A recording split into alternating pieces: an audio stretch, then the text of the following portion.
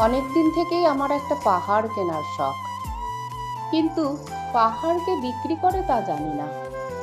যদি তার দেখা পেতাম, দামের জন্য আটকাতো না। আমার নিজস্ব একটা নদী আছে, সেটা দিয়ে দিতাম পাহাড়টার বদলে। কে না জানে পাহাড়ের চেয়ে নদীর দামই বেশি। পাহাড় স্থাণু, নদী বহমান। তবু আমি নদীর বদলে পাহাড়টাই কিনতাম, কারণ আমি ঠকতে চাই। নদীটাও অবশ্য কিনেছিলাম একটা দ্বীপের বদলে।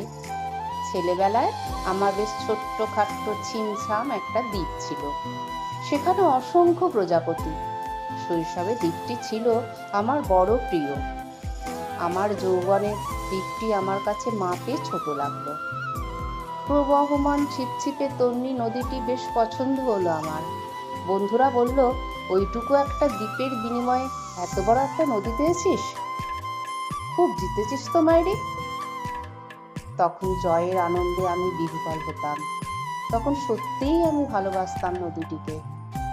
নদী আমার অনেক প্রশ্নের উত্তর দিত, যেমন, বলতো আজ সন্ধেবেলা বৃষ্টি হবে কিনা। কে বলতো, আজ এখানে দক্ষিণ গরম হাওয়া, শুধু একটি ছোট্ট দ্বীপে বৃষ্টি, সে কি প্রবল বৃষ্টি, যেন একটা উৎসব।